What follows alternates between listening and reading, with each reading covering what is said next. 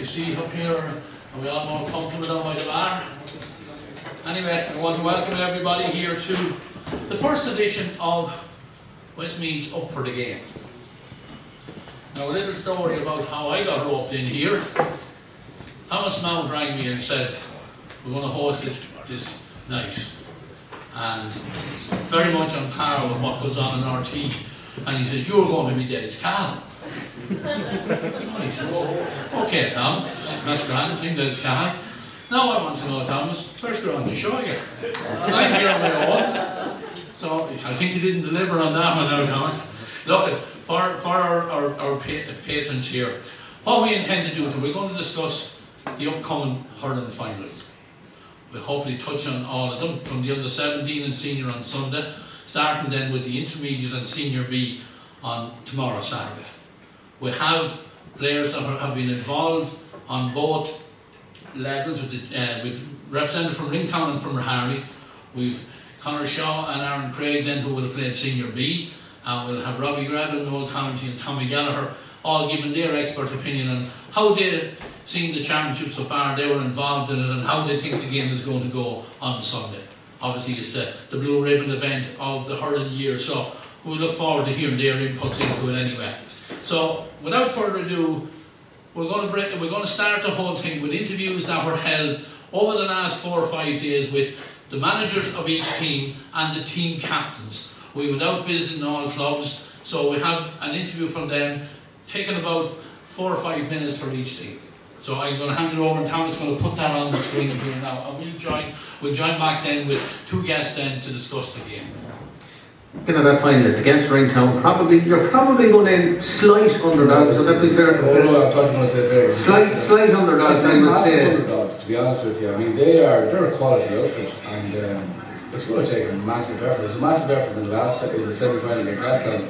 We're going to have to up by 10-20% if we're going to compete with them, because they are a quality side. Yeah, and after losing a couple of finals, like their goal is one simple, they're extremely hungry. Absolutely, they're hungry, they're very proud club. And you've played them, of course, already in the group stage. Yeah, and it was close enough back then, but you know yourself, county finals is a different animal. Oh, it's a completely different animal. Like if we take the county finals from last year, nobody would have given the winners a chance in a couple of those games. So it's all about on the day, and the attitude of the players, I suppose, going into it as well. It's who wants it enough. I mean, in the next week or so, we won't be doing anything different. We're not going to learn anything different. We're not going to improve anything by a huge run. So it's really all upstairs of what they're bringing today. Yeah, here with Dan Greville, captain of the Hurling intermediate team. Dan, a proud day and a great tradition, I suppose, the Greville name, synonymous with Hurling, and great to be back in a county final again. I suppose, yeah, we were in the semi-final there last year, and before COVID we made the final in 2019 and we were hit by the post, so we've been very long behind the scenes there. The seniors have been a big help push. And I suppose something to strive for as well after the seniors losing last week. I suppose there is that little bit of extra hunger there, maybe bring a bit of silverware back to Charlestown. There would be, yeah. Like the seniors, to be fair, they're always pushing us on behind the scenes. Like we all train as one club, so it's great. They're a big help to us, and they're driving on. And I know Club Europe this week, so. And Brian was saying 48 training here a couple of weeks ago between the seniors and the intermediates. I mean, that just goes to show you the love of hurling that there is around this area. Yeah, you don't get in many clubs, but if everyone's close knit now, we all get on well, and as I said, everyone tries it on. Yeah, and of course, Ringtown, it's a big hurdle, it's a stiff one. They would have been favourites at the start of the championship. They're probably going in as slight favourites, I suppose, as well in the final, but that won't worry you, I suppose. No, it won't. Sure, look, as everyone says, we are second team, but we're there again and we're driving on. Yeah, and look, county final is a county final. That can happen on the day. What you're hoping for is, I suppose, everybody to put the shoulder to the wheel. Exactly. If everyone does their job, we'll be thereabouts. We're going to play Hurling now in the county final, and I'm sure you won't be taking them off. No, we're actually looking forward to it. We played them already in the group, and it was a great game of hurling. Now for the last couple of minutes, that's when it kind of, we kind of just broke away and we won the match. It's going to be very tight though. We know what Hurling can bring. They're a hurling club, they're a huge hurling club in this county, and we know what they're going to bring. They're not going to be easy back. But we want to try and win that match, definitely.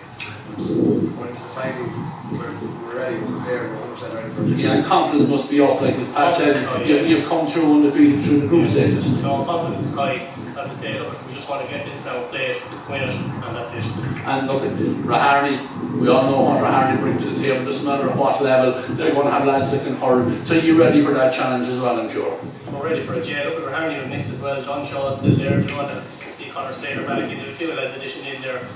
So look, we're not afraid of it, you know. We're going to take them on head on. That's it. But look,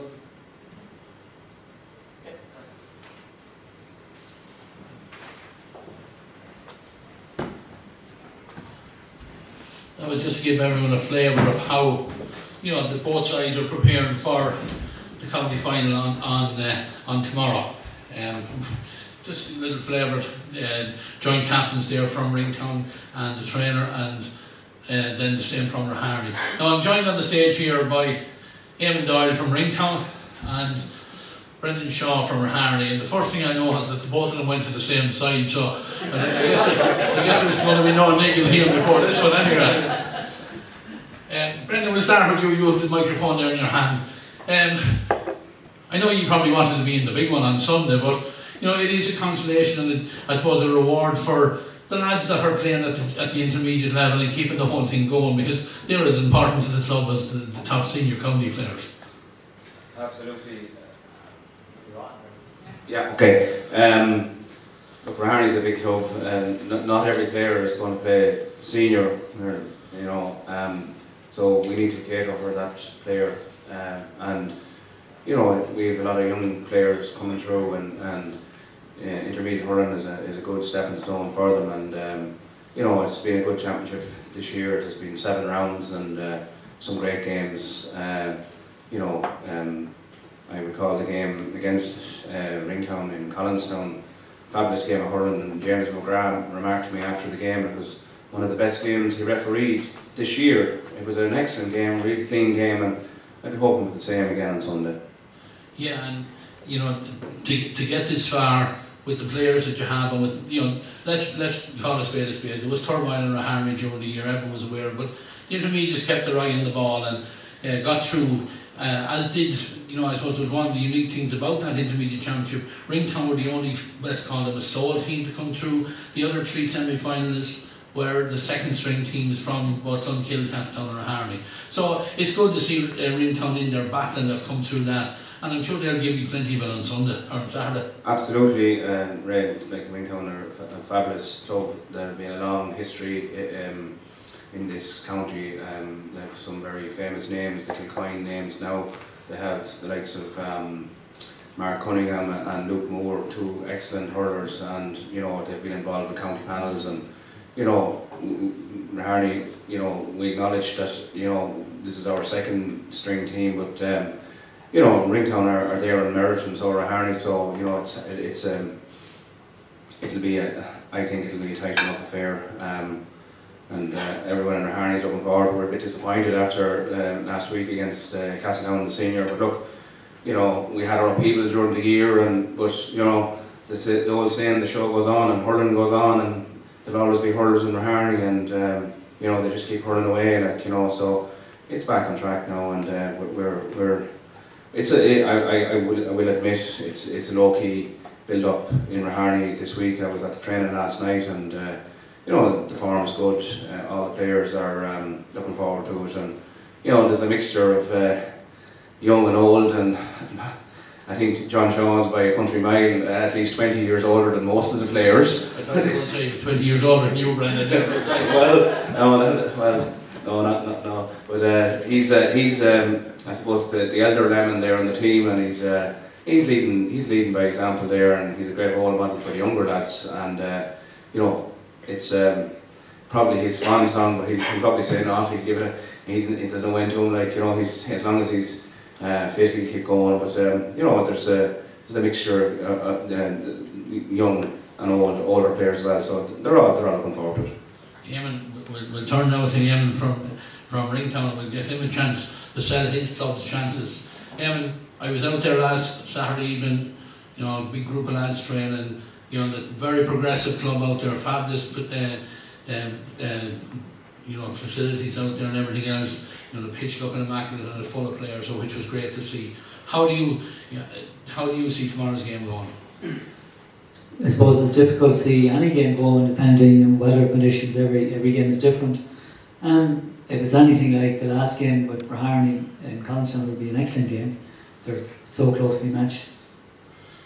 Yeah, and as I said there, you're the only singles, your top team that's gone through to the final, that got through to the last four. You had a good campaign and a wily old campaigner there managing. I think this is his second year there. I would have known Nigel from days of old in Tullamore, and he's brought, I'm sure, a good sparkle to the whole club out there. He has, been very, very committed over the last 2 years. He's sort of grown into it, especially in the second year. And Eamon, I don't know, Brendan, how you would think of this, but would it be fair to say that this game would benefit a club like Ringtown far more than Raharney? Is that a fair comment to make? I suppose every club is different, and and their perspectives and whatever. But the reality is that we're 20 years waiting to win the championship, or a top team to win the championship. It's 2002 since we last won the intermediate championship, so it would mean an awful lot. And of course, you're going for that unenviable record of losing maybe 3 in a row, so I'm sure that's very much on their minds, and I suppose that adds its own pressure as it will to Castleton probably on the Sunday game. And hopefully, like every year is different, but hopefully it's a record you don't want, whereas we just very badly need to win tomorrow. I know was it 2 years ago, I think Adrian was there when Adrian Moore, when you were beaten in the final, and I know himself he put in a huge amount of work with underage, and as Brendan even mentioned, 2 of the young lads that we've already seen featuring with county underage teams, under 20 and whatever, 2 good lads, and you have a bit of experience. I see Darren Kilcoyne still playing centre back out there, so, and of course the ever wily Pat Burke in the goals. It's a good mix of a team. It's a good mix of talent, but competition for places, which is good to see. It's everything's going as well as it can. And I thought John Shaw won't mind sticking a few past Pat Burke in the goal there. They would have battled each other down through the years as well, and would have soldiered together even with the county team. I'm sure the two of them would have. And Eamon, Brendan, just go back to you there as well. Your team, you got a few players back onto the fold again. So who can we look forward to seeing as your main men now in the game tomorrow? For anyone going to be watching on ERB TV and even going into the games?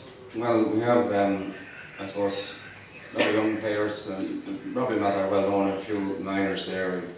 A young guy called Michael Doherty, he's a very exciting prospect in the club, and we have, we mentioned John Shaw already.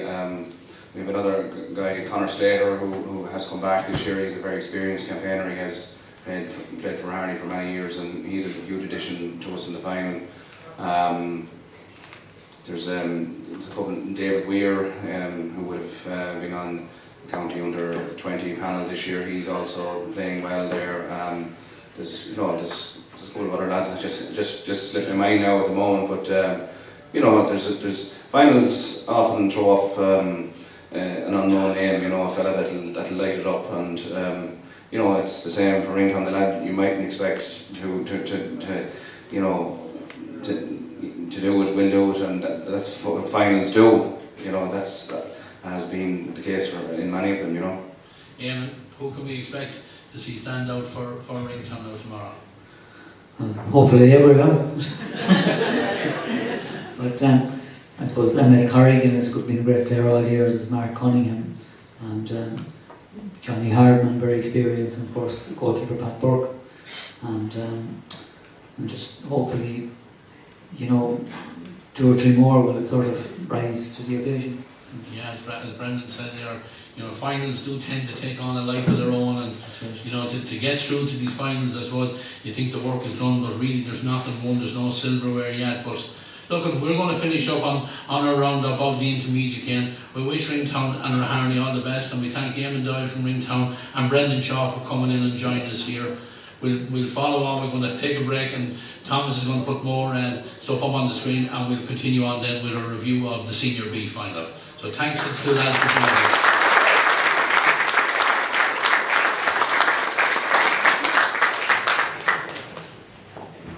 on Sunday, Jody, of course, because it's a different game, completely different opponents as well.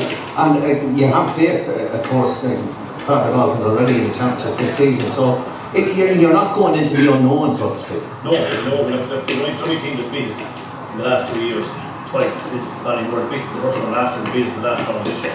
So they have a 100% record against us, so we're taking off the back. We know we're up against going to be a huge battle to get over them Saturday week. Yeah, and I'm sure you were watching the semi-final last week against Brownstown as well. So, I mean, there's nothing hidden between you. It's going to be a game of hurling on the day. It's going to be a game of hurling, and it'll take all the finals.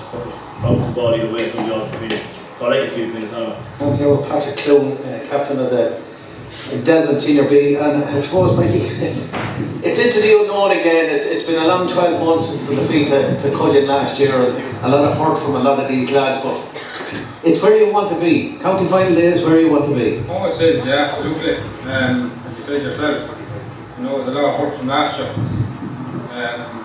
You know, we did last year probably, I won't say overconfident, but confident. But favourites anyway, yeah. In everybody's eyes, it was not just your own. And today, just everything went against us, you know, and just we flopped really. And, you know, we just said that we try and get back to it again this year, and you know, still a big step off of winning it, but we're there. And in fairness, like, the lads really put their shoulders to the wheel, you know. We said that last year, like, out through the park, like, we had, we just felt like we left everyone down, you know. Let ourselves down, let the whole club down. So look, we're back there again this year, but we'll take a huge effort to get over the line. What do you think? Here with Connor, the manager of the Father Dolphins team, will take part in the Senior B final Sunday. And then I suppose at the start of the year, we're just discussing with the lads there, that was the goal at the start of the year to get in the final, and what happens after that is a major bonus. Oh, absolutely, yeah. The Senior B Championship is a very tough championship here in Westmeath. There's nothing like going back.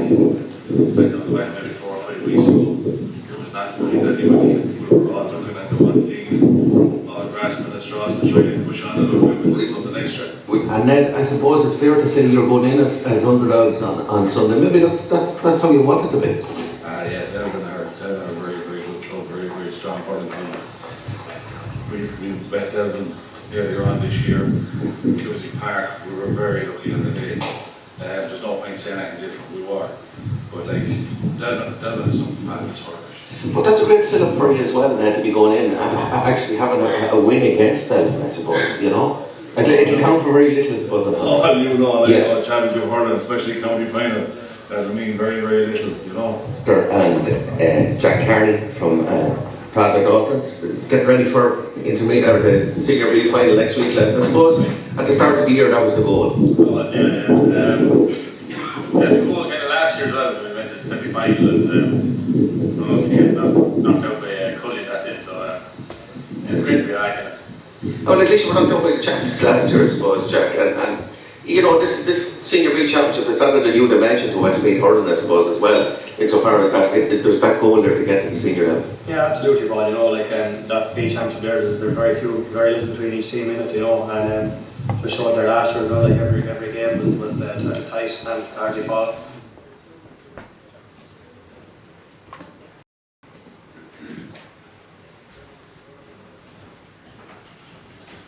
There we had words there from both sides, and all doing the interviewing there, and just as a lead up to the lads joining me here on stage, just the Senior B was introduced, you know, a number of years ago, and it has added it's found a great niche, I think, in the hurling place in the county, because the teams there are very evenly balanced. And one thing of note, I think this year in the relegation game, I think it turned out between St Oliver Plunkets and St Bridget's, we had the first penalty shootout in the history of Westmeath hurling. But unfortunately, when Aaron Craig comes up here, I have to give him an OD, because his team emerged victorious and relegated St Bridget's. But you know, all the games here, I have the scores, and you look at them, and started off with a draw between Crookedwood and Brownstown, right through now to where we are here in the county final with Delvin and Father Dolphins. So, look, without further ado, I'm going to ask the lads to join me on stage.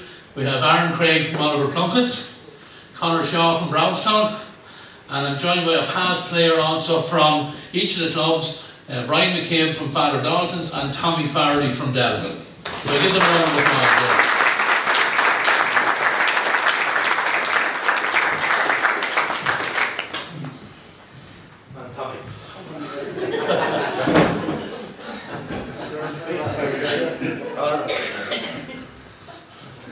A great sporting greeting here on my left hand side. Tommy, I'd watch him, Tommy. I'd keep an eye on him. He's still a big hardy boy. Be careful. But as I say, Tommy, it's not the size of the dog in the fight.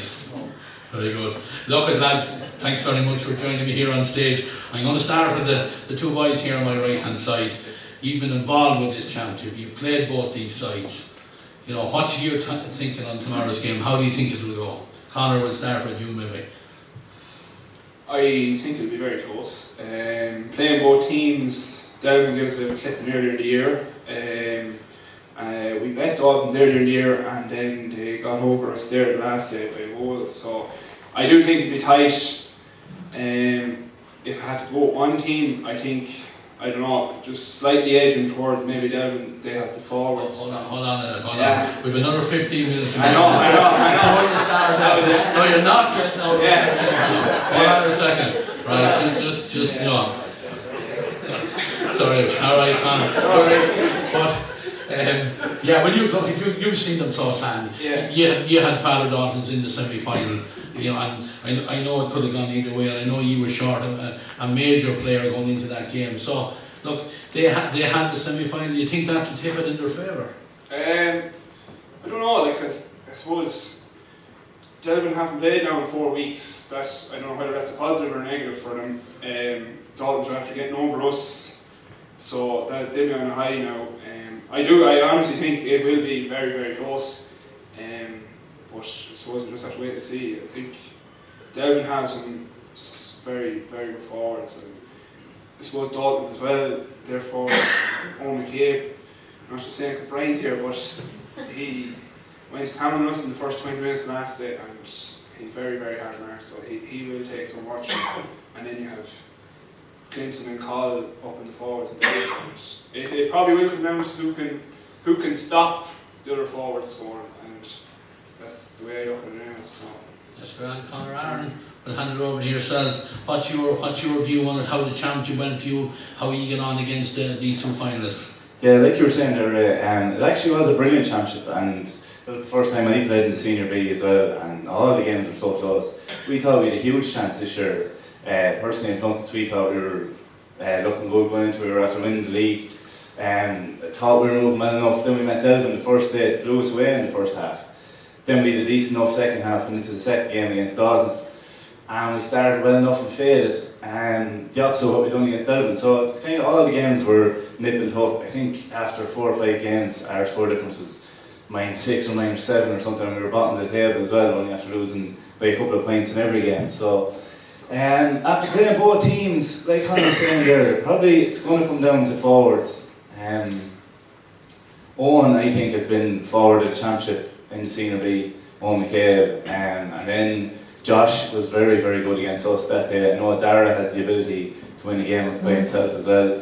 Then it comes down to other hurlers as well on the two teams. Like Jack Carney was up on the screen there. He was on the panel with us this year, very impressive. And that was my first time seeing Jack. And then you have Killian Murphy. Killian's not getting a mention at all. I think that's going to be a huge matchup this weekend, himself and John Gilligan. That's Aaron Craig's position in the senior panel, cemented for next year already. Sorry, Aaron. No, I think that's going to be a huge battle. The two lads are around a while. I think it's going to be a huge matchup, especially in the half forward line. John's a ball winner. Killian's cute. I think that's my look at it anyway. Yeah, it's like Conor was saying, who's going to tie down who. And then you have experience of both these. Like Kieran Martin's playing with Dogs as well. He'd be experienced. They're a strong physical team. They're all fit. The fact that Ballymore are out of football now as well, and focus on the hurling is massive as well from us. So there's a big there for Brian. Shandona pulled us out, by the way. They're in the final of intermediate football now. Best of luck, Aaron. That one. Yeah. One other feature of an Aaron, just or Conor as well. No team has come through this division undefeated. You know, whereas in the senior, you know, some Kelly come through, I think Ringtown come through, the other one undefeated. So, you know, that last game in the group stage between Father Dalton, Father Dalton's and Delvin, you know, only 2 points between them. But, you know, for Dalton's that day, a lot of things had to fall in their favour to qualify for the semi-final, and they could only control what they could control, which was to beat Delvin, and then other results worked out for them. So, that was a close game, but Dalton's coming through into a semi-final, then tough game against Brownstown. Will that have an impact, do you think? The fact that Delvin are sitting idle for longer, and do you lose your edge, do you think, as a player, while you're waiting around for a county final to come up?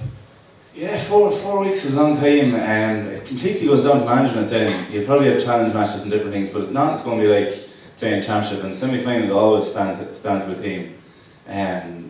See, it's how the teams manage it, I think. Depends on what they would have done the last 4 weeks. They might have taken a week off, went hard at for 2 or 3 weeks and can slow down then coming into this week. You don't know. It completely depends on the team themselves and how well the manager copes with the 4 weeks, I think. Conor, what you were feeling on? You had the semi-final, you had no break really, you went straight from the last group game a fortnight later, you were straight into a semi-final. Was an advantage, the Daltons had that game. I think it definitely will help. Like if we had got over that, you're going to crest a wave, then you're ready for another game. Whereas in Devon's position, you're kind of sitting, waiting. And like Aaron said, a challenge match is not the same as a proper championship match. So it's a hard one to know. And like you said there, when we were going into that last group game against Bridges, I don't know what, but there was like the 3 different games. It was stuff riding on every game, and it's an unbelievable championship, as in it's so close. So I think the final will be very close again. So it's just hard to call. Yeah, we'll come back to it. Don't worry. I'll give you a chance to give me your take. Don't you worry about that. You called it already, Conor. I'm going to stop over here to this other side now, where there's two wily old campaigners here. On my left hand side, Brian McCabe and Tommy Farley. But Brian, you can certainly tell us how Father Dawson's have coped in the last 2 weeks since they qualified for the final. How has preparations gone out there? I know management do tend to keep everything close to their chest and that when we're interviewing and stuff like that. So go on, give us a little insight how your lads have got ready for this. I know you're very much involved with two sons on it. One, okay, go ahead then. Look, this year, the break, like the lads were talking about, we were talking about 2 week break, but every one of our lads are dual players, the same as Aaron there, and for the whole summer, running games, like midweek games and back to back. So we have a certain amount of players carrying injuries. So to win the semi-final was huge. Like Brownstown had give us a right hiding out in the Downs earlier in the year, and we lost back-to-back games at that stage. Crooked Wood had beaten us, the Brownstown had beaten us, and realistically, when we left the Downs, we felt we were out of the championship. You alluded to it then the last game, we had to play Delvin, who had breezed through, and we were going straight to the final.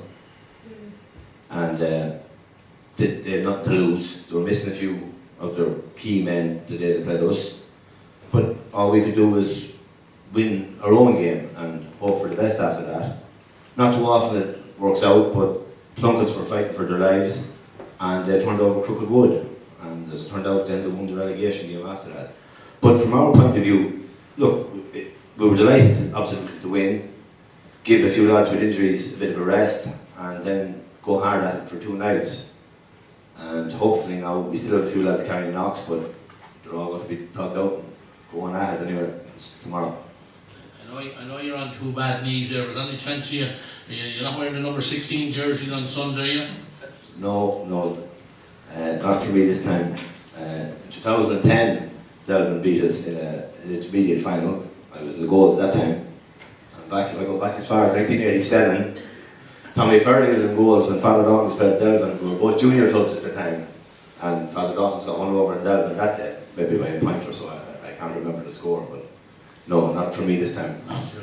Well, look, you were a great campaigner right down through the years, and I know yourself and Dennis O'Rourke did an awful lot to keep that club going, and you're starting to reap the rewards with underage teams starting to come through in the Premier A-level competitions, which is great to see that you're keeping the flag flying down there. Tommy, Delvin, as we said, have been sitting for 4 weeks. Lost that last game in the championship, so really, haven't had a win for something like 6 weeks. How has Jody Murray prepared them? Have you been keeping a good close eye on how things are going in the field out there? things are going hard bad, but anyway. I know things are going well, they're going alright, you know, we'll be on fire up tomorrow, the good lads at their back, they're behind them, and they're tuned in fierce well, you know, How do you know, and I think it was Pikey there, Patrick Down, the team captain, alluded to it there in his interview, like that the players felt they let the club down badly last year. Will that affect them? Will that a little bit of pressure on them coming in tomorrow, do you think? No, I don't think so. Like, I don't think they deserved the hammer they got last year, you know, like, and it took them a while to recover from it, but fair play to the lads around them, trainer, committee, the whole lot, like, they got them regrouped. I think they're back a lot stronger this year. You know, like we're talking about Darrell Clinton and Josh calling them, like, but there's other lads there, like Hurling, cloning them boys. There'll be a lot more stepping up to the plate tomorrow, I think, you know. Yeah, a lot of experience there as well. Paddy Farrington played hurling for a year with Longford with me, and you know, Fikey, Frank McGrath. You know, there's a lot of experience there. Ronnie Kelly's been round as well. You know, so they'll be hoping to put that defeat last year behind them and come in with and go home with a Senior B Cup tomorrow.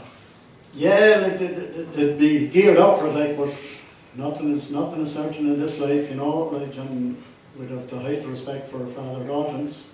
You know, as Brian says, we went out favourites before against them, and it didn't fall the way it should have. But you know, like, that's what happens in hurling. Hurling is funny. You know, like, they get kicked in the teeth very quick. Brian, just coming back to the Father Dalton's. Good to see the Bear back playing a bit of hurling as well. Yeah, without a doubt. Kieran Martin, he's a serious. Kieran Martin is referring to. Yeah, sorry. Yes, and you all don't know that, but you know who he is, anyway. But yeah, he's a serious athlete, Kieran, and he probably hadn't hurled in a couple of years back. He played back in 2017 when we won the intermediate, and if he could commit to hurling, he would be a serious hurler. But yeah, it's great to have him back. He's a huge physical presence. You know, he's chipping in with a few scores in every game. Great to have him back. Yeah, and sure, look, we can't let you finish it here without mentioning Owen. Made the breakthrough onto the county senior panel with Joe Fortune in the year gone by, and I'm sure he'll be looking to push it on now next year and play Division 1 hurling and back into the Leinster Championship and cement his place maybe on the team more so than just on the panel.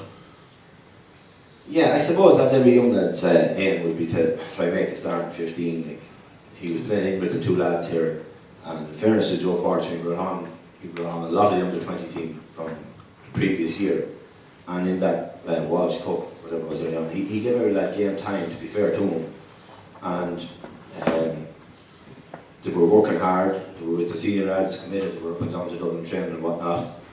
He got a chance against Kenny, and it felt right for him. He got a score, and look, he's happy out, yeah, and he's hoping to push on without a doubt. Yeah, great talent and great to see it chip off the old block, as you say. Look, Conor Shaw is mad to tell us who's going to win this competition. And Conor, the time has come. Give us your expert opinion, and I'll be heading for Paddy Powers on the back of what you're going to tell me here now. So lads, how do you think it'll go tomorrow? Like I said, I think it'll be very tight, and definitely one lad that hasn't been mentioned who could make a bit of a difference tomorrow is probably Adam Ennis. He hasn't heard in about 2 years, and Adam against us as well, he's unbelievable. So he is definitely he's a serious back, and I'm sure he's probably back in Westmeath again now next year. So I think, like we said, it'll probably come down to matchups.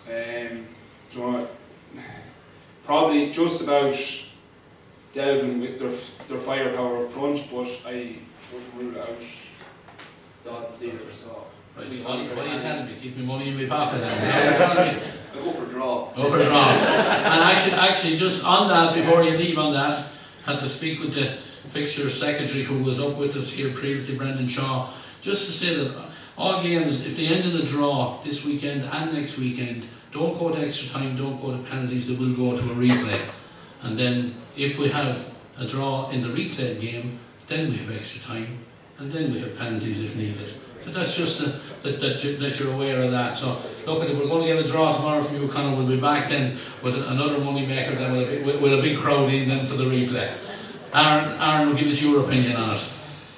Yeah, it'd be similar thought process now to Connor. It's going to be a very tight game. It's like the whole championship. Anyone can beat anyone. It's completely on the day. It's going to come down to a lot of things. It's going to come down to weather. It's going to come down to who wants it more. Really, it's who handles the nerves in county final day. Like that's a big thing too. I know there's going to be a lot of hype in both villages. Delvin looking to get a big championship win.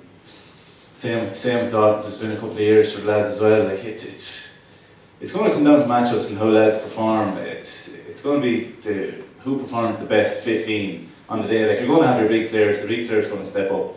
It's who's going to be the supporting cast. I think is going to be massive. Who has games that you wouldn't expect and different things like that. So look, to have Josh Call playing the way he is, to have Adam Ennis back, I think they're huge bonuses to Delvin.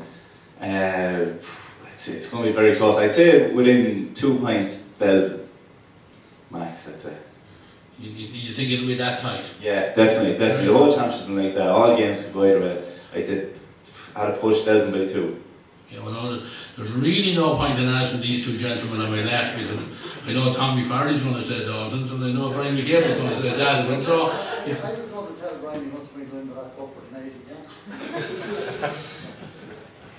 no, for anyone that didn't hear that, Tommy Farley said that Brian McCabe is welcome to bring the Senior B Cup home for a loan and bring it back in tomorrow just to show the young fellow what it looks like. Is that what you're saying, Tommy? Now, Brian, you'll surely have the last word. Well, fair play, Tommy. Thanks very much for that. And look, we're under no illusions. We know coming in that we're coming in as fairly strong underdog. The boys have all alluded to Dara Clinton, Josh Call, the 2 Ennises, Gillian Murphy. You have a couple of Kelly lads playing. We know what Delvin have. They were hugely disappointed last year. We know that too. But we know we're underdogs. But it's a final, and on the day, anything can happen. So coming in with give it a lash anyway. I will leave the last word with you, Tommy. You want to wish him the best of luck as well now before he stretches for you as you go across the floor there. We'll always do that. Look at it. As long as Delvin wins and everybody comes over and safe, that's it. It's welcome up and down there. Look at lads, we'll finish on that before these two do start at the same. No, two gentlemen here, 4 gentlemen actually here on the stage and myself. But anyway lads, thank you for your expert opinion. On my right hand side, Aaron Craig from Oliver Plunkett and Conor Shaw from Brownstown, and the 2 former players, 2 greats, Brian McCabe and Tommy Farley, Oliver Plunkett and Delvin. Thanks lads, to both teams tomorrow.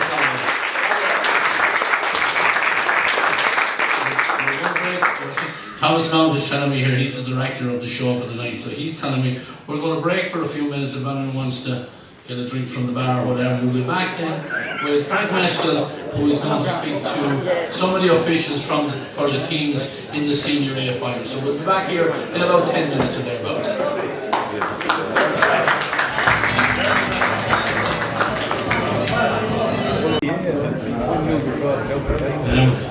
Just welcome everybody back after the water break. To open the second half of the show here, the County Board Chairman Frank Meskel is going to join me on stage, and I'll be exiting stage left when he comes up. And we're going to interview Pat Clavin, Chairman from Castown-Gagan. Willie Murphy is the Delvin Chairman. Brian McCabe is the Father Dalton's Chairman. And Paddy Walsh is going to come up and represent Clonkill. So Frank and the 4 lads, whenever you like, join me up here on the stage and we'll get the second half over.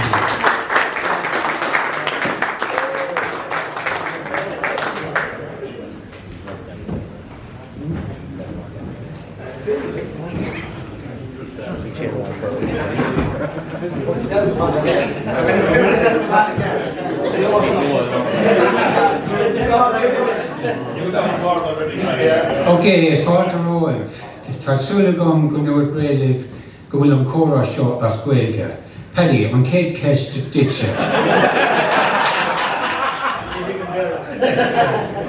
Okay, gentlemen, we'll leave the finals for a little while, but there's much more involved in the club, as you know better than me, than finals and the games and that, and often the games sometimes can be a distraction. It's the major work of the chairperson. So maybe Pat.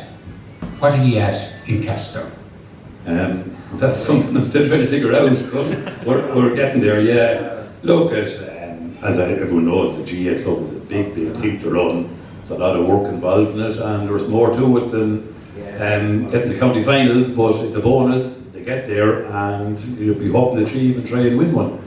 There's a lot of work. Currently we're under a lot of construction out there, trying to put a new project together, a big undertaking, and facilities are coming on well at the moment, and there's a lot of work behind the scenes that people don't see, and I suppose a lot of people focus on the team all the time, and the manager, who's the manager, and he can deliver, he will deliver, and this, but there is people behind the scenes long before my time, there'll be people there after my time that will have to continue to work to succeed and bring the club to a better level and get facilities, because I think most clubs now are catering for a lot of numbers, even though people say they're struggling for numbers. But underage is very, very strong in most clubs now. Big groups of players. I know you'll fall off when you get older, but we'd be catering there any evening there when we're training for upwards of 120 juveniles at times. So it takes fierce work to do it, and a lot of stuff. And financially, to run a club now is a big thing. There's a lot of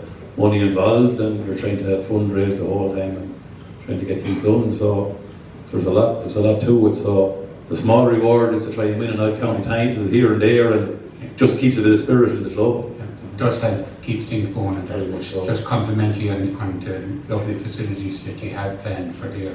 I have called in there at different times, and they've been out there only the workmen. Yes. We go to Paddy. Development wise, Clonkill would be a little bit further down the road, but you're still doing major work. Yeah, still doing major work. Progress in there for lights around the pitch. Extend our pitch back out. The small juvenile pitch will be built up. New entrance put in. Currently trying to source maybe a second pitch as well, which is badly needed with the volume of traffic on the pitch, because teams camogie, underage and adult senior teams, there's not a minute to spare, and sometimes you're encroaching onto a different group of people training, or maybe a match throws a spanner in the works. But look, you have to work around that. And as Pat says, it's just not about the actual teams that are playing, it's about getting everyone in the community involved in the club, trying to push the club forward, and to get, everybody putting their shoulder to the wheel and making sure that everything kind of runs right. It doesn't always run smooth, it never does. But you have to overcome these problems. Fundraising is a major issue. Insurance costs and things like that in this present day is spiraling out of control, and you have to have all these things in place before you can get your teams out on the pitch, and rightly so, and medical bills, even seen there recently some of the cruciate ligaments starting to rise again. It's a major problem, but you have to overcome all these, and hopefully, look, you have to provide facilities for all the youth as well, and these trying times with mental issues and suicide rates out of control as well, and it hit us hard there this year and over the last few years, a few different people. Luke Loughlin probably was to the forefront of that, and you see the way he's turned himself around, and it's brilliant to see it. But to provide facilities for these people so they can come to the pitch, feel wanted, feel that there's someone there that can talk, that somebody can help them out, or you might be able to help them, but you could maybe ring somebody that is able to help, and that's very important, and to get everybody like that, that's what the club is about, really. Brilliant, Paddy. Again, you have facilities second to none, and right beside your school and everything. It's great to have it there. How about the boys from Delvin? Well, sure, we're the same as they were trying to develop as well, and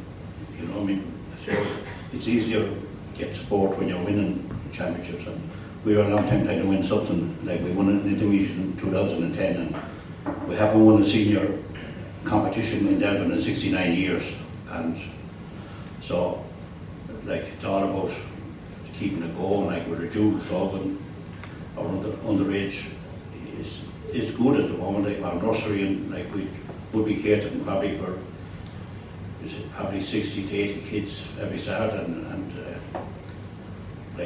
volunteers to do work, and try to get them on board. And, it's easy to get people on board when you have success. So we'd be really hoping to win this championship, and like 69 years is a long time, you know, so like we have a development to start now very shortly, and like it's a lot of money and there's an awful lot of work trying to raise it, and you know, so we just need more help.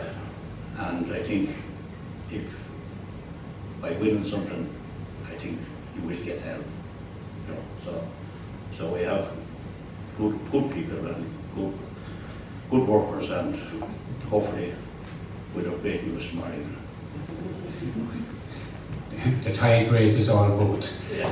Confession, and Brian will probably hit me now, but going back a good number of years ago, I used to actually kind of dread going into the pitch in Ballymore, because I always felt there was a bit of a hole in there beside the lake. But things have improved so much there. Brian? Yeah, to be fair, the football club, the facilities are the football clubs, so we're much more a tenant than anything, and they have over a few years done huge work. They sorted out the main pitch and developed a training field, which is a huge benefit to everything. It saves the main pitch, obviously. They're trying to do a bit more work. They have 4 dressing rooms now, in the process of raising some money, and got some money through the grants, through Clore and Leader or whatever. Going to do a gym, and we have a hurling wall up, and the wall is up, we want to get AstroTurf and get that fenced. So yeah, development wise we're doing a bit of work, yeah. Yeah, doing lots of work, because even the way in, the tarmac driveway on the way in is a huge bonus to it. Brian, I'm going to ask you to keep the mic now and talk to us a little bit. 4 of you are dual clubs. Talk about the strain that puts on your players. That's a huge problem for us down in Ballymore. Like when people talk about hurling clubs and they come south to the Castle Gagan, obviously, but after that there's just Daltons and Southern Gales, and you're really down in football country. So realistically speaking, at Father Donald's as hurlers, we play a second fiddle to football, and that's the simple fact of the matter. We have a couple of lads playing with us from Maryland, a couple of lads maybe from Milltown, and a couple of lads from Rosemount, and the rest of them will be all Ballymore lads, but every lad is playing both codes. The way the schedule was this year, it was incredibly tight. At the start of the year, all those lads would have played 5 games, or would have played 5 games in 2 weeks, with the midweek games, the way the schedule was. We had a tight panel to begin with, and a couple of lads, actually, there were nursing injuries, cried off and said, no, we can only concentrate on football. We can only concentrate on one sport, we can't do both, and they opted to play football, which absolutely no problem with that, but that's the way it was. But numbers wise, we're tight to begin with, but the schedule was very demanding. Like, I know it came up, we talked about it at the county board meeting, but it's a killer on the dual clubs at the minute. Definitely very, very tough. Will you, am I accusing me in the wrong of being a dual club? Well, we were a dual club. We like at the beginning of the year, we were talking in trouble that we wouldn't have a football club, and we worked hard. We got 2 local lads to get involved, Conor Warden and Kevin Williamson, and they took it over, and we played in Junior 2, and we fielded every game, we beat in the quarter final. So to me that was a plus, you know, and like the one thing we don't want to lose a red that we wouldn't be a dual club. So we're amalgamated with St. Paul's and underage, and that's going very well. And so, you know, at the beginning of the year it looked bad, but now we'd be very happy now. And as Brian said, like if our hurlers didn't play football, we'd have no football. Like we've only maybe 3 or 4 lads that don't play hurling on that team, you know. So it's just to keep going. Yeah, you're doing absolutely brilliant, and not patronising our weaker junior football teams. You fulfil a huge role, and you are needed. You're vital in our county, what you give to the players and that. So long may you survive. Over, Pat, will you take the mic? Well, yeah, I suppose, look at a similar situation, and I think every dual club will really come back with the same thing.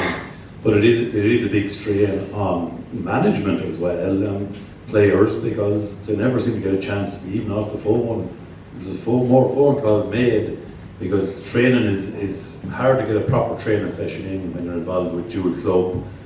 In our case in Castletowngeoghegan, we have players coming from Kilbeggan, Rosemount, Ballinagore, and we have to consider their nights scheduled training as well. So there's a lot of work to be done before you can even set out to start your training at the start of the year.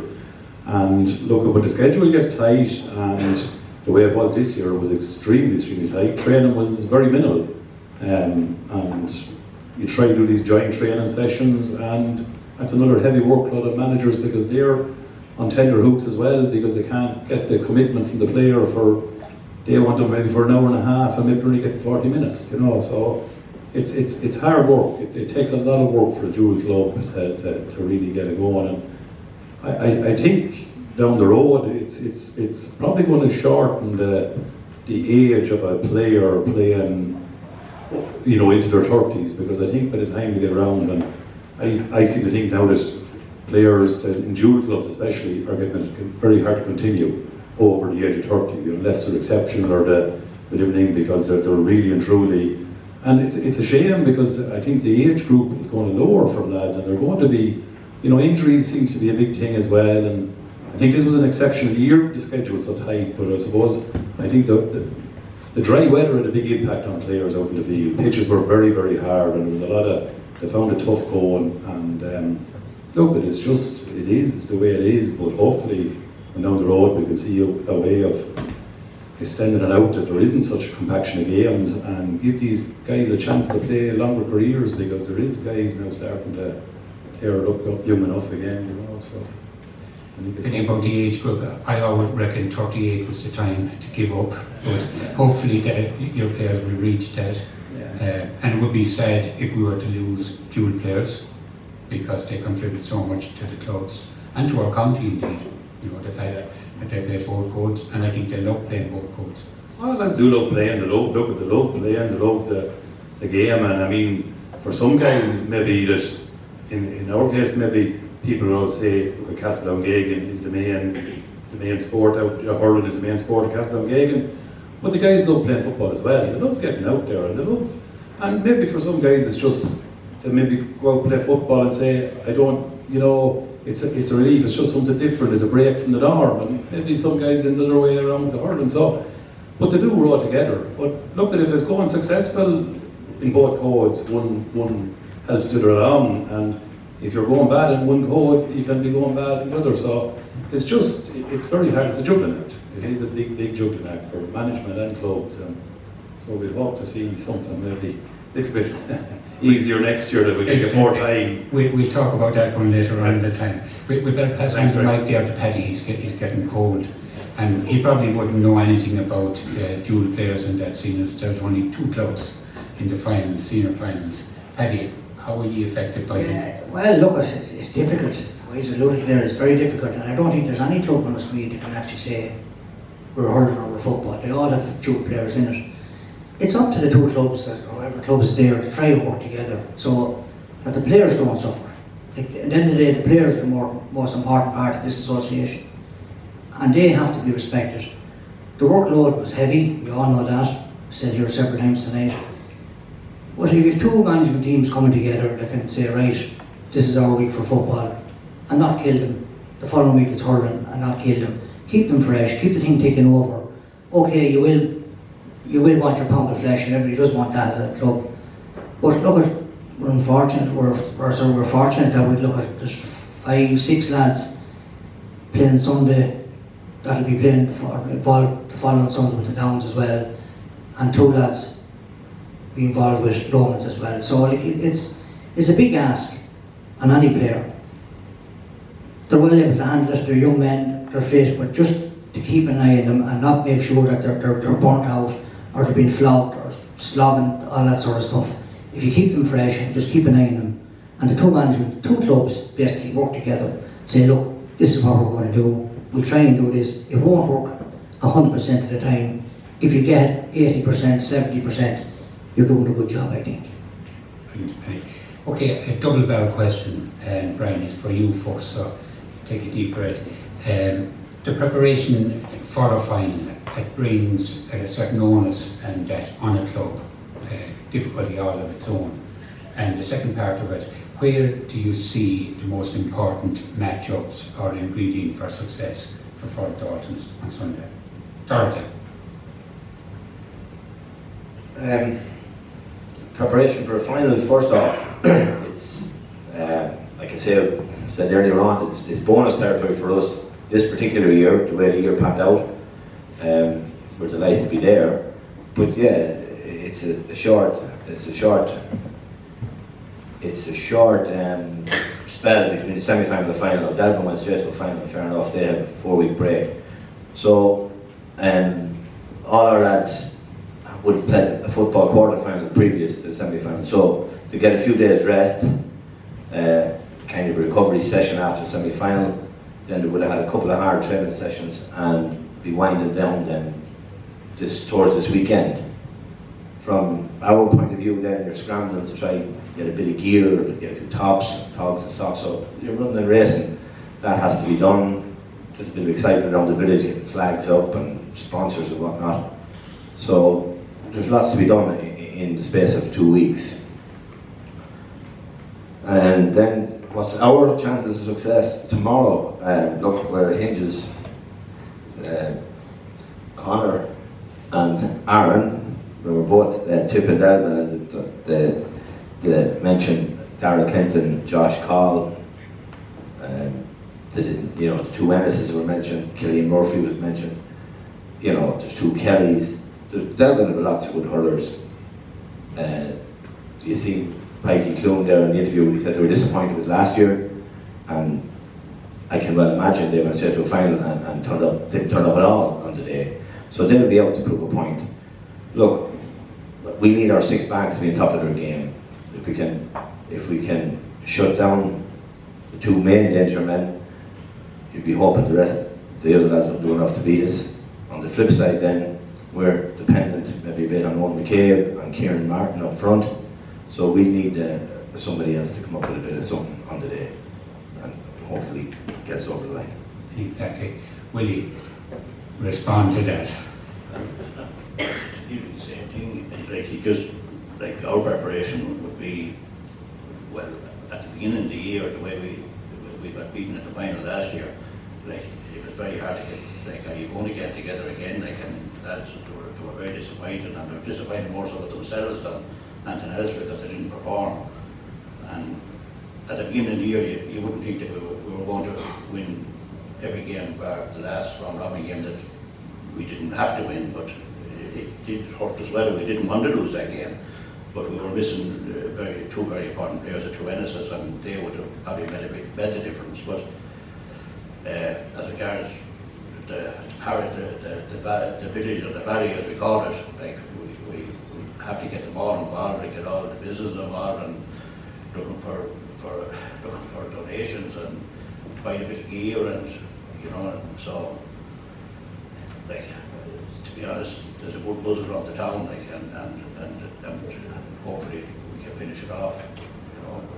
But, the matchups are as regards preparation for the finals, they're training 2 nights a week and a Sunday morning, or a game on a Saturday or Sunday.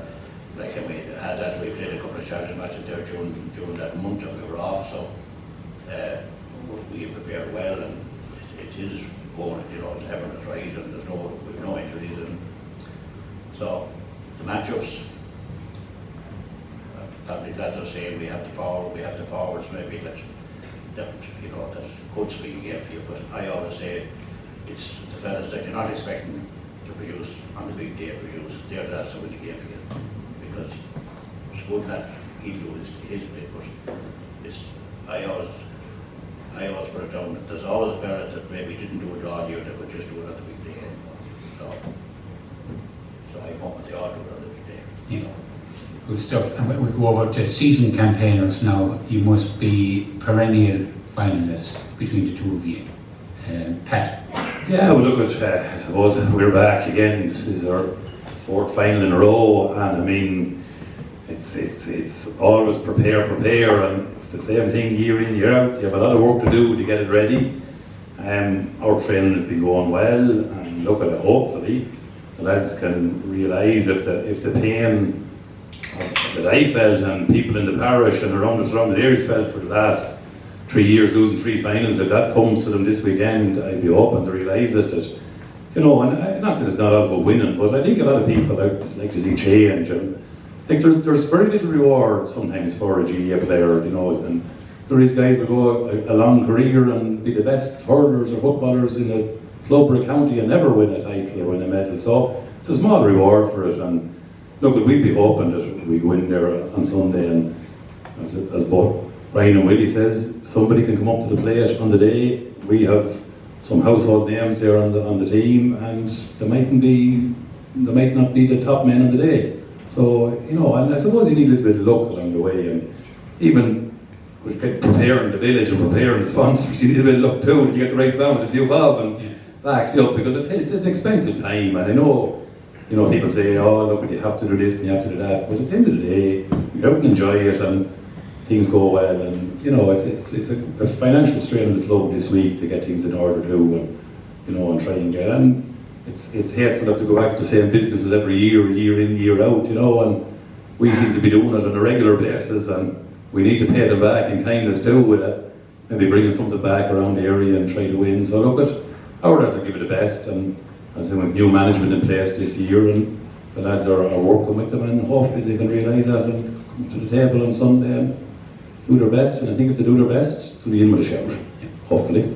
It is a strain, but a special and an honourable strain to have. Well, that's it, yeah. Again, Paddy must feel like a lifetime in Clonkill to miss the final last year, but you're back again.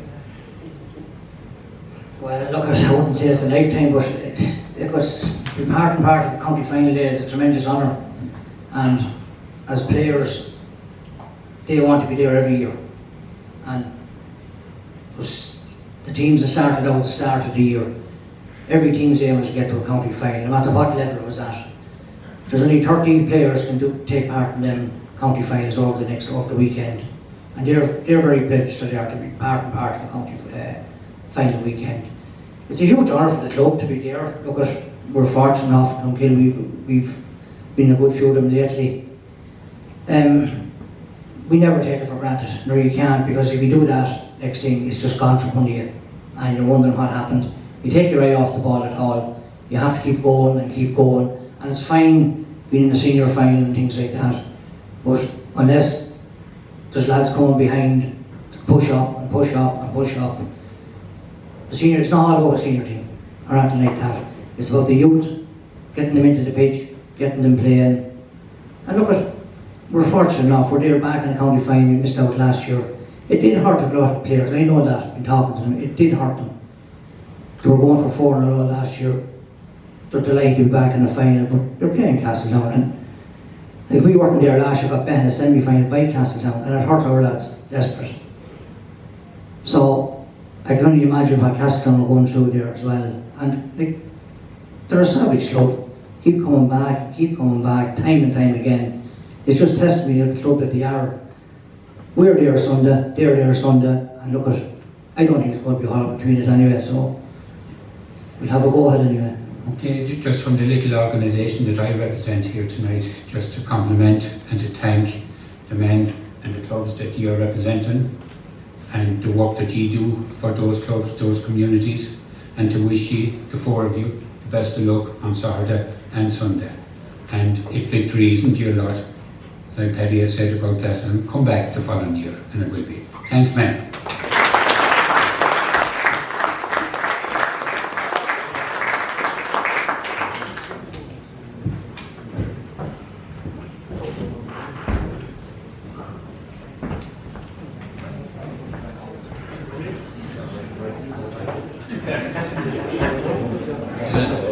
Thank you very much, Mr. Chairman of Westmeath County Board, to the other 3 chairmen, and thank you also to Paddy Walsh for representing his club Clonkill so well.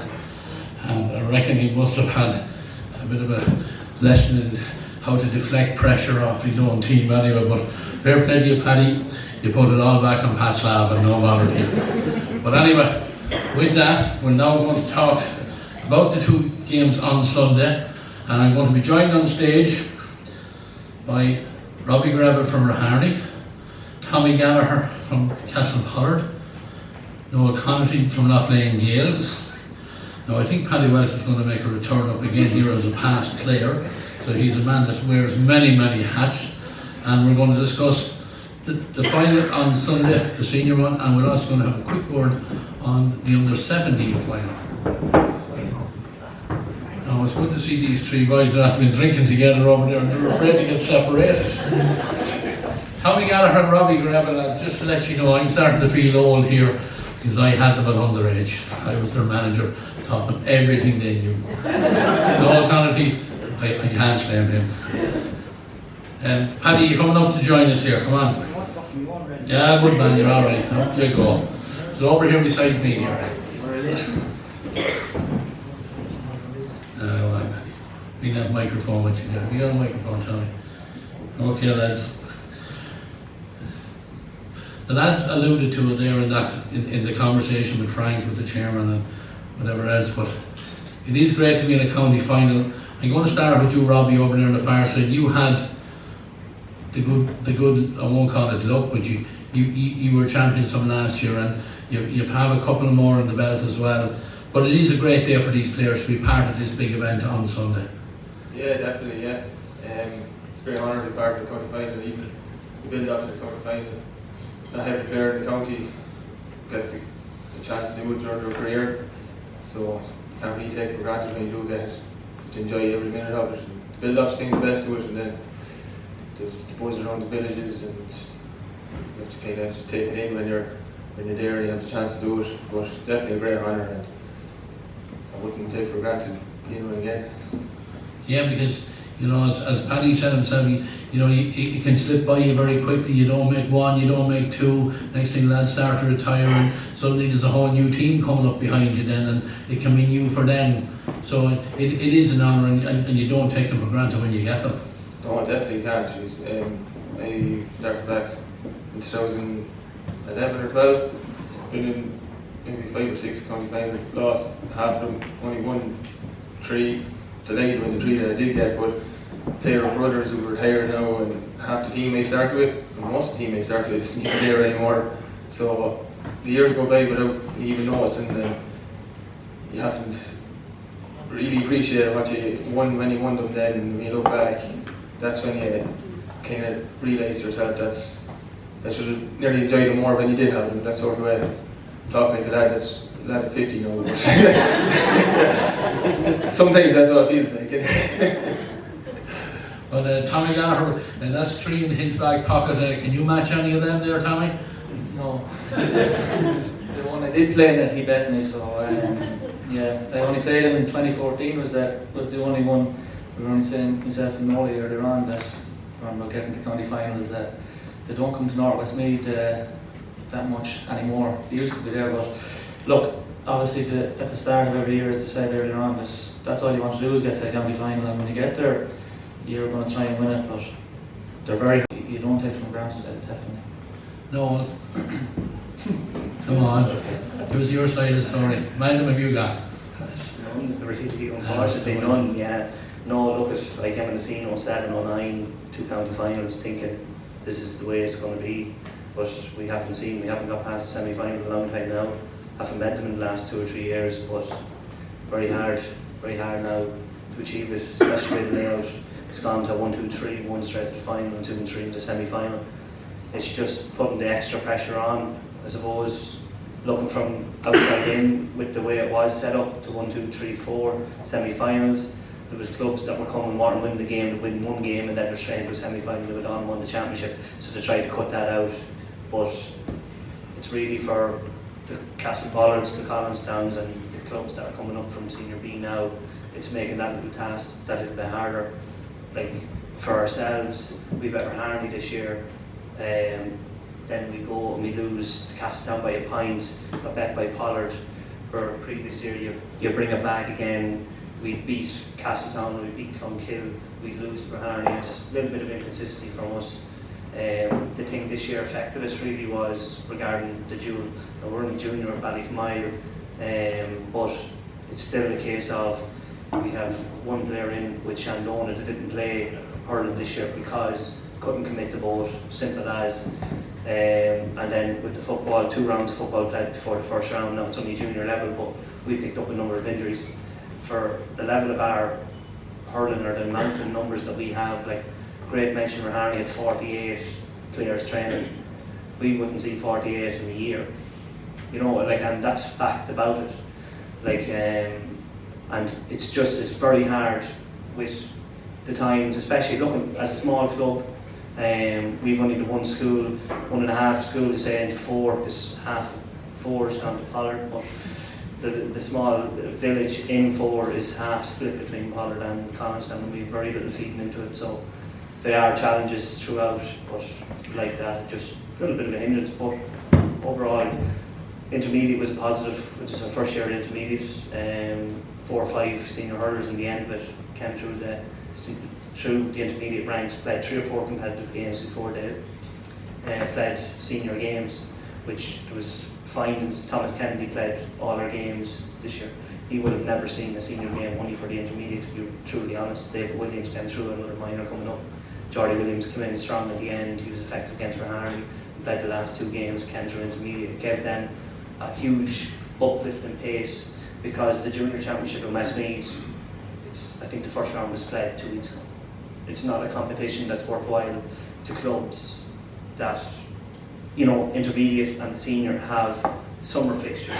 You know exactly when they're playing, and you're trying to manage the 2 teams if you have 2 teams going. Where the junior, you might start in January and you might finish it till Christmas, which I think junior finals have been played at Christmas over the last few years, and that's why our club as executives spoke, and I was one of the admins that was pushing for the intermediate side of things. Yeah, we're looking. We'll part the junior there for a second. We'll go back to the senior, and I think it's a great credit to the 3 clubs that have been in every county final. I think it's been 2013 since there was 1 team outside of Raharney, Clonkill and Casttown in a county final.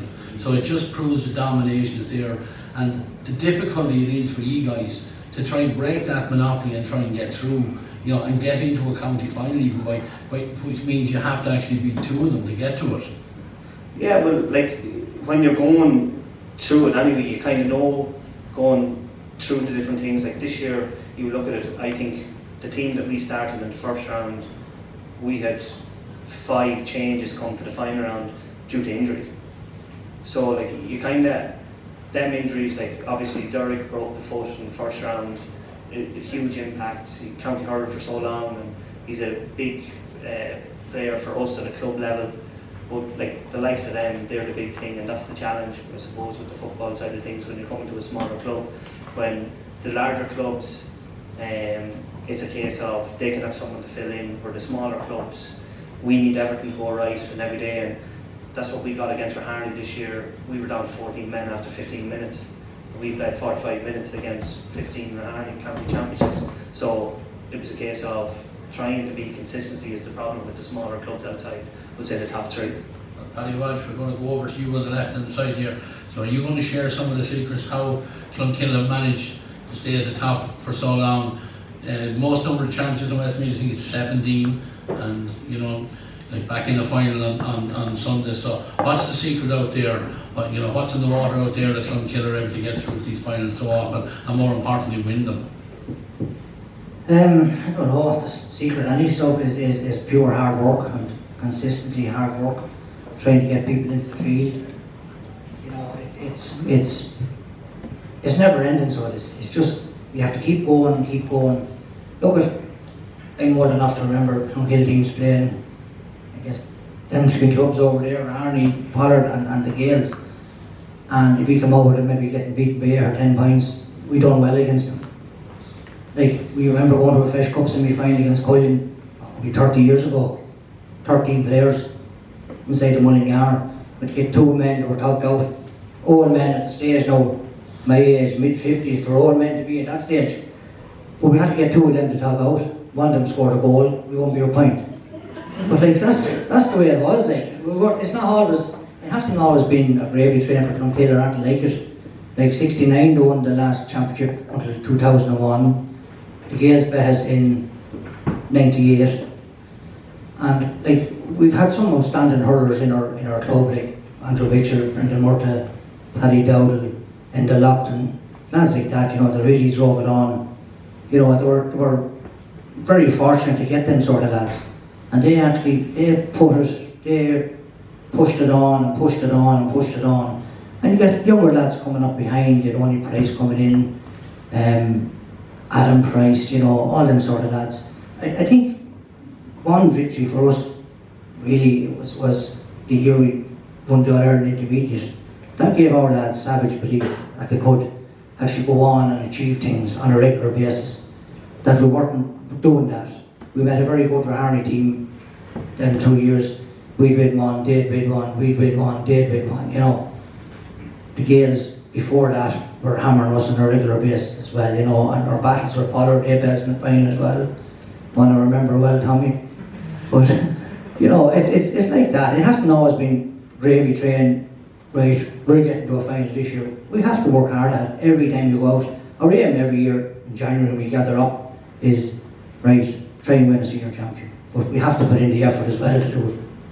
Look, you see up behind me here, we got these three wise men on my right hand side to pick what they think is going to be the teams that's going to line out on Sunday. Pat Lab will go home and tell Buddy that we picked his team from sure on. But anyway, we're going to go through them and just look at some of the matchups and some of the important matchups in this game that will lead to maybe one team getting an advantage, because these two teams have met in 3 finals since 2011. But unfortunately I was on the sideline that day to lose out to Clonkill by 2 points. In 19, Clonkill won by 3 points. In 2020, Clonkill won by 3 points after extra time. So there's very, very little between these two teams. So these 3 guys here now are going to tell me where I'm going to go to Paddy Power, and how much money I'm going to run with, and who I'm going to put it on. Because we have a lot of matchups, and there are crucial ones. Robbie, we'll start with yourself, because you were the last man to face Castleton, so you know exactly what kind of form they're in. Where do you see the big major battles in this game, and where they're winning and losing them? I'm just going to move out of the way to let some of our audience see the team. Well, both teams are going to line up this week, because that's what they're doing all year. You have right there, David Lynch probably be the one, and Mitchell definitely be the other one. You probably left out Peter Clark. There's probably a P instead of a J on Darragh Egerton there. I say he'll start moving forward. But key matchups there, Darragh Egerton will probably mark Niall O'Brien. That's the kind of matchups that have been going on the last few years. Darragh's probably got the upper hand in that one there the last couple of years, I think. Angus, keep Angus and Niall quiet. People will say that's Castleton sorted, but I don't think so. You see they're after finding Peter Clark's lively forward there. And David O'Reilly had some game against us there in the semi-final. He was outstanding at wing forward. So they're not just a two-man forward line there anymore. On the other side, Clonkill never come up against a side that has such a desire for work. Just love hardship. The more hardship you can play, the better they'll be. But you have Anthony Price in their full forward. He'll be the kind of anchor there full forward. You can lump ball in, throw the ball in any way you want to, and he'll probably win it.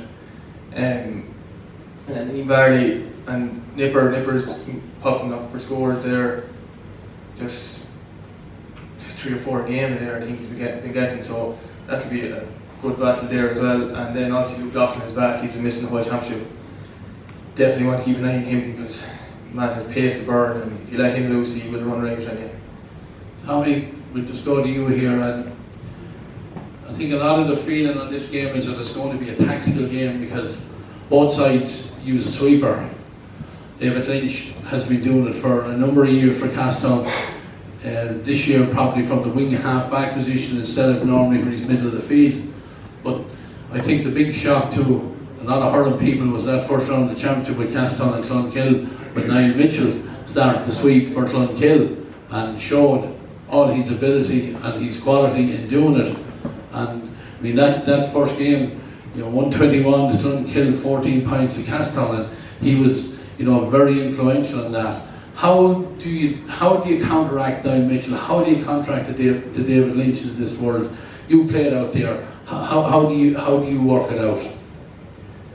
Well, when we played Wexford in the park, Mitchell actually went back and played the sweeper, but I think it was his own decision. No one else knew he was going to go back. Everyone else was shouting and get up the field, but in fairness to him, we didn't do too bad that day. But look, Mitchell he's flying playing the sweeper.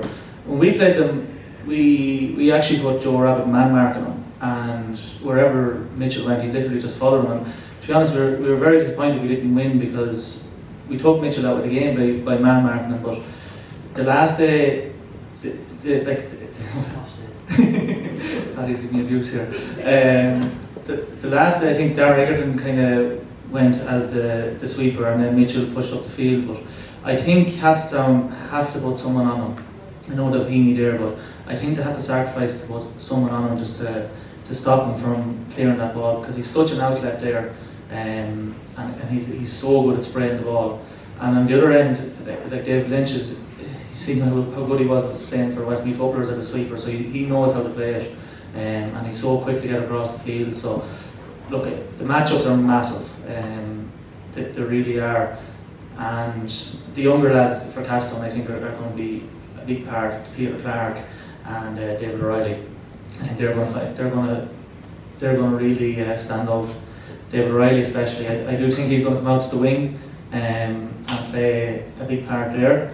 And look, Peter got 1-2 the last day, and as Robbie said, he's so lively, and he's a little George Bunny. He never stops, in fairness to him. But no, I do think Castleton just have to get someone to man mark Mitchell and just sacrifice their game. Noel, you're an experienced man between the posts. Talk to me about the two goalkeepers. Andrew Mitchell for Clonkill, huge experience, and then Kieran Lennon, who was probably only going back in between the sticks for Castleton probably in the last 2 or 3 years. Advantage, who do you think in that position? I'd always go with experience from Mitchell's side of things. Sure, what he done club county for years as well. He's back in the sticks. His distribution of the ball, like it was always from when he was playing number 6 to what he's able to do in the goals. He's able to, but I suppose he's able to pick out any pass kind of thing with it. Of fairness to Kieran, he's had a strong championship this year.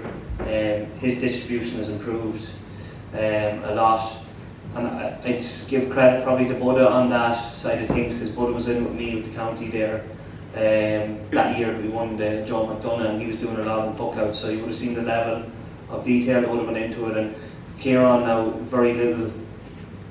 At the start of the year, you would have been questioning a few things because they were playing a lot of short pass, going to the 21, trying to work the ball out, running through the lines, and it wasn't working, it wasn't happening because the ball or the distribution was being a bit sloppy. So now they're after really sorting that out. They know what they're doing.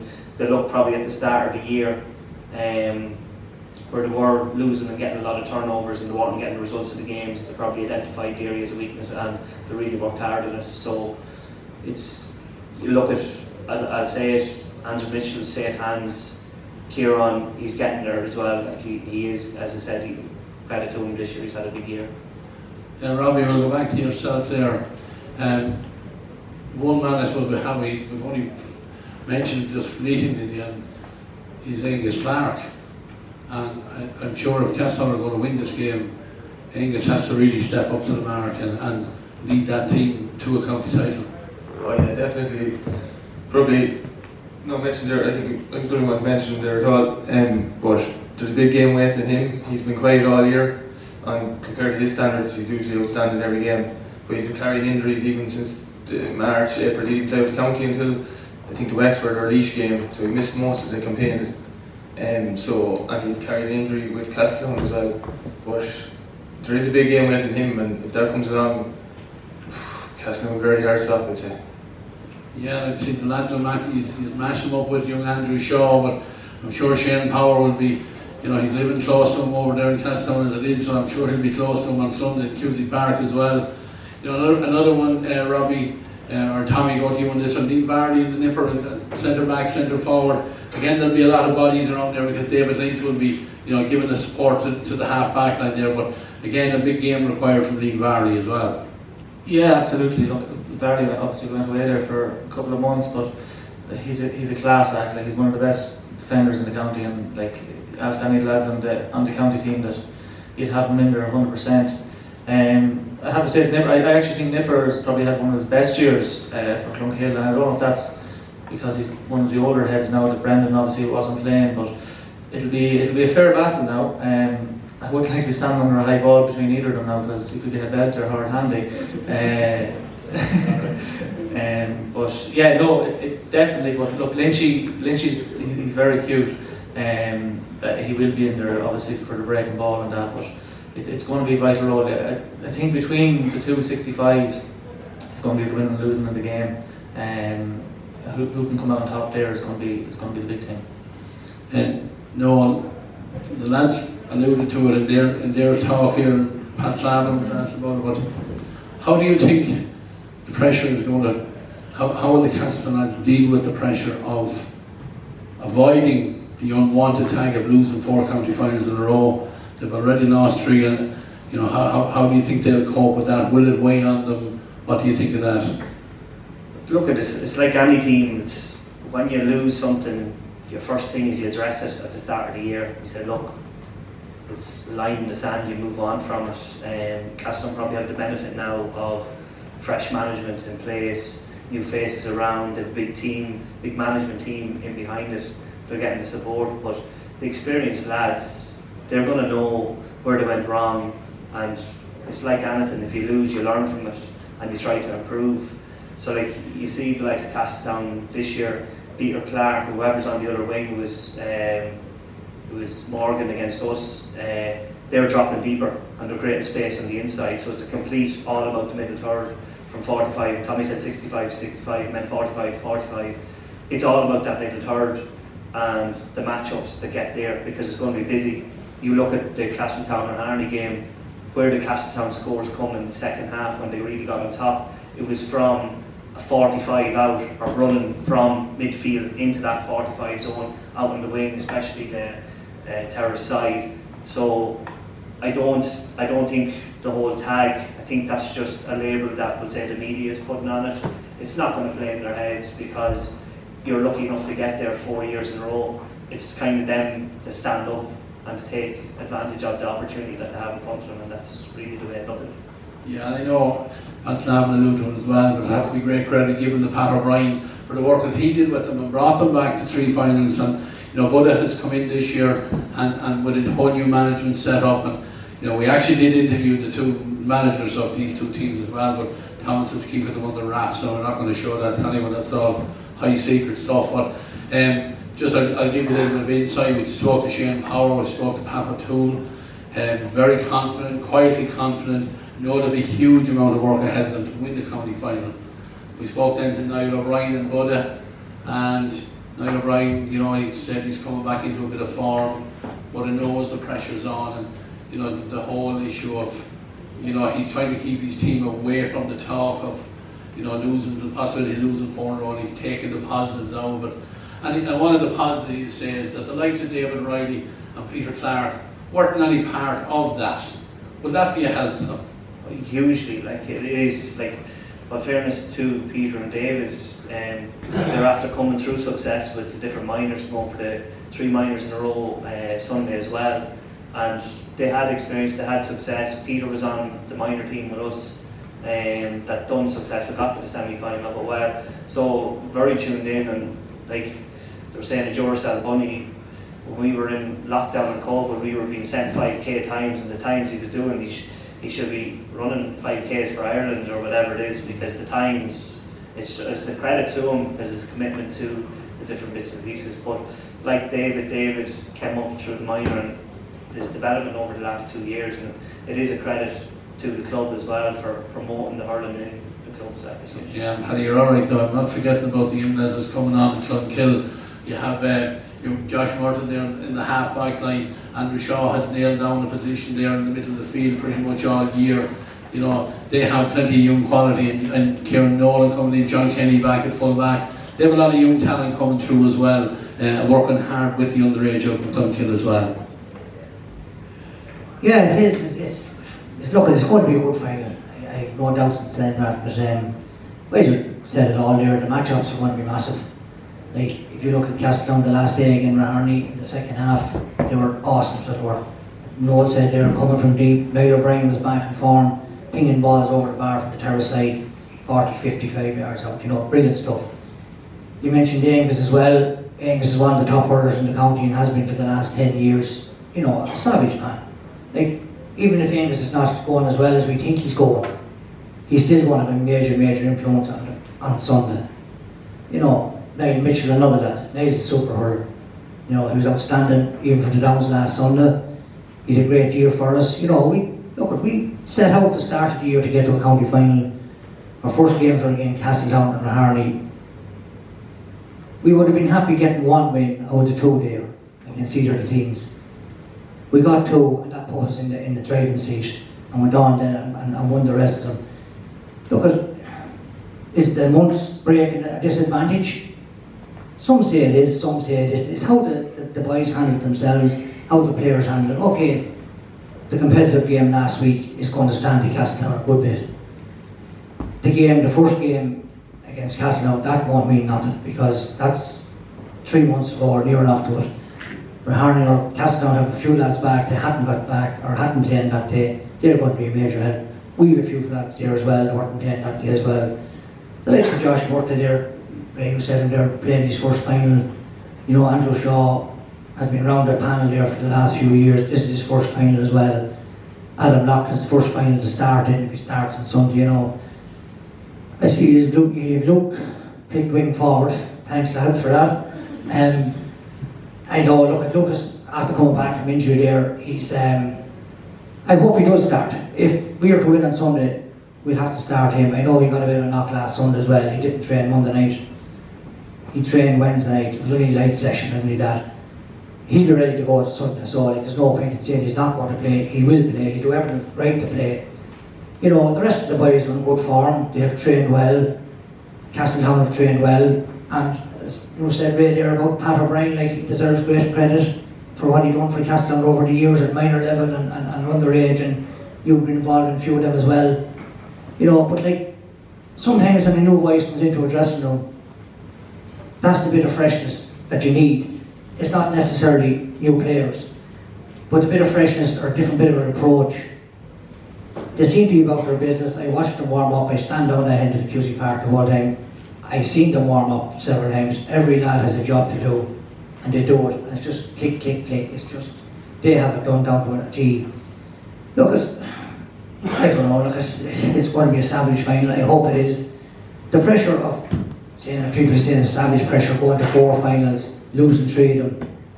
Pressure's only for tires and other things, Tommy. And, you know, it's, you know, playing in the county final is pressure enough without even thinking about anything last year or the year before. It doesn't matter. It's gone. Let it go. Why should you carry that baggage? There's no reason to carry it. But look, it's going to be a savage fight. At the start of the year, there's a lot of doom and gloom probably around Tonkill. Brendan probably giving a hump and Paddy was away, and we had a few lads didn't play last year. And in fairness to Pat and Sean and Dave, they got the boys together, started winning a few league matches. Bit by bit, lads began to buy back into the team. And look, it's after leading us to a county final, so them boys deserve great credit as well, same as Budda and the boys out in Castletown. You know, the new boys like Morgan Gavigan there see as well, and young Peter Clark, and young O'Reilly. Young O'Reilly is a super lad. Like, as Robbie, you said, he caused no end of harm against Raharney the last game.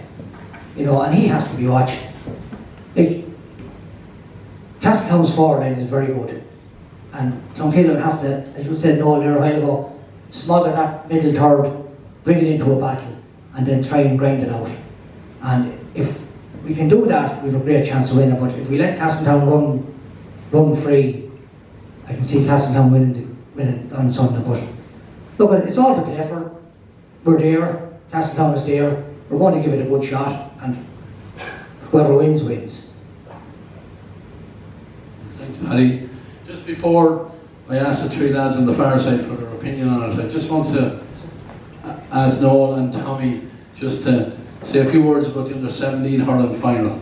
You know, you two boys have been involved with the county team, and it's a game that maybe here tonight we've let it just come in a little bit under the radar, but again, it's a huge game for these young lads as well. Casttown going for 3 in a row, and no better team than Raharney, you know, to put a spanner in that works.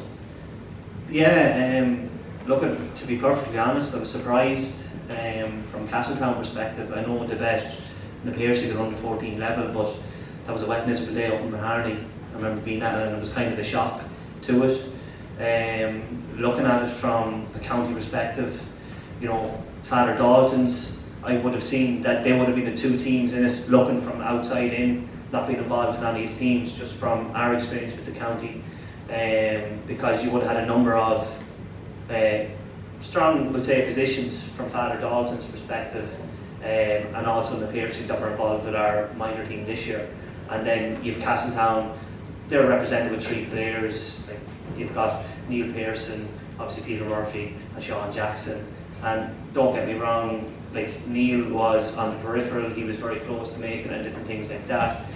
But the 2 lads, Peter Murphy's a talent in himself, like, he's something to be, he'll be one of the future stars, like, in itself. And Sean would be exactly like the brother Robbie as well. It's a case of very talented hurlers, and that's the kind of good side Castletown going on. And they will take beating in it itself. For Harney side of things, you've Callum McKeough, Keane Ware, and you have Joe Mulvaney that were in with us this year. And you know, Callum's really exactly like the father, really, is such a dogged hurler, like very good hurler, very committed to it. Keane is talented there. I think he's playing back at number 6, where I would have had him up in the forwards. And it is a case of Joe Mulvaney coming in. He's minor again this year, but very talented hurler, and he's one for the future as well. Very accurate free taker and stuff like that. So. And who do you fancy? Can you see Castleton 3 in a row, or are you tipping the balance in the favour of the Dealsiders? I'd be probably saying Raharney for it, but would I have said Castletown to beat the Piercy and Raharney to beat Father Dawson's? No, so you can put a comment on it, but it's going to be a tight match in everything from that side of things. Yeah, well, it's a great day for those sets of young lads as well, because you know, sometimes, you know, we've been here and we've, you know, maybe forgotten about it, that, you know, with the hype that's going with the big game, let's call it the senior final. So it is a great day out for those sets. That game again will be covered on Earby TV as well. So, you know, we look forward to 2 great games on the Sunday then as well. So look, lads, I'm going to throw the hard question at you. Noel, you have the microphone in your hand. Give us your tip. Clonkill or Castletown? Look, I've kind of said it. If you go for matchups, Clonkill have more people to be watched. But if what I said, it goes to the middle third, Clonkill can't match Castletown in the middle third for the strength positions, because let's take 2 players to be watched, it's Dar Eggerton and Mitchell. Mitchell's playing edge of the D, Dar Eggerton's out wing, he's not going to be central. Or if we look at just a typical example, you have Angus Clark out there, and as I said, Castletown dropped deeply. So it all comes down to what way the game comes in. 2 ball winners inside, Anthony Price, Jordy Smith for Clonkill. If they're pulled out, space is created central, more so than 2 inside. They now line up 1 the edge of the D and 1 in behind, so they're going spinal playing for space. So it's all about the middle third, whoever comes out on top, which I have. Come on, Noel, take the 5 I'm probably going to go. Where are you going? Castletown, that's what I'll probably go by 1 or 2, yeah. Right, Tommy, over to you. Paddy gave me 20 earlier on to say Clonkill, so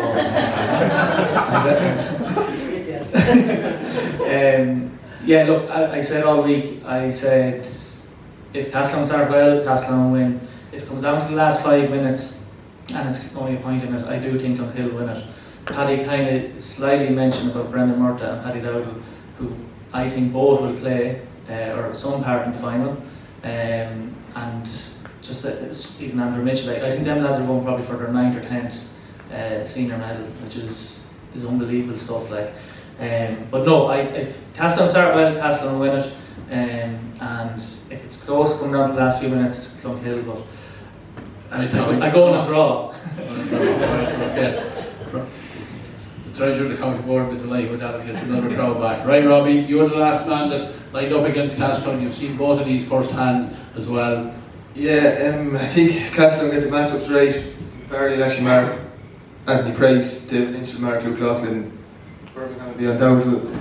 And Shane Clavin probably plays the sweeper, that's what I think. But to get the matchups right, I think Castleton 3 or 4 points. And if it comes down to it in the last 5 minutes, I'd say Mitchell and Brendan Murton will be thrown into full forward line and Castleton may run right up front. I think 3 or 4 to Castleton.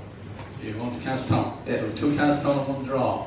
Right, we'll see how our experts will know at about 6 o'clock or before 6 o'clock we'll know who was right and who was wrong, who knows their hurling. But look at lads, there's one last thing just before I finish up in this game.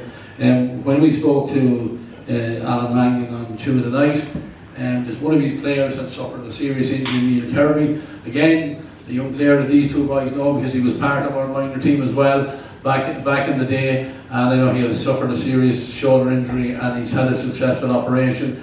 He missed the county final in, I think it was 2020 because he was away with the army. So I suppose that just proves how quickly, the years can go by. Castleton has been in 3 finals, Neil has missed 2 of them. So look, we wish him a speedy recovery and hopefully he gets back with both Malachy's and Castleton for next year. But look at lads, we're going to finish up here tonight. Thank you very much to our 3 experts over on the far side.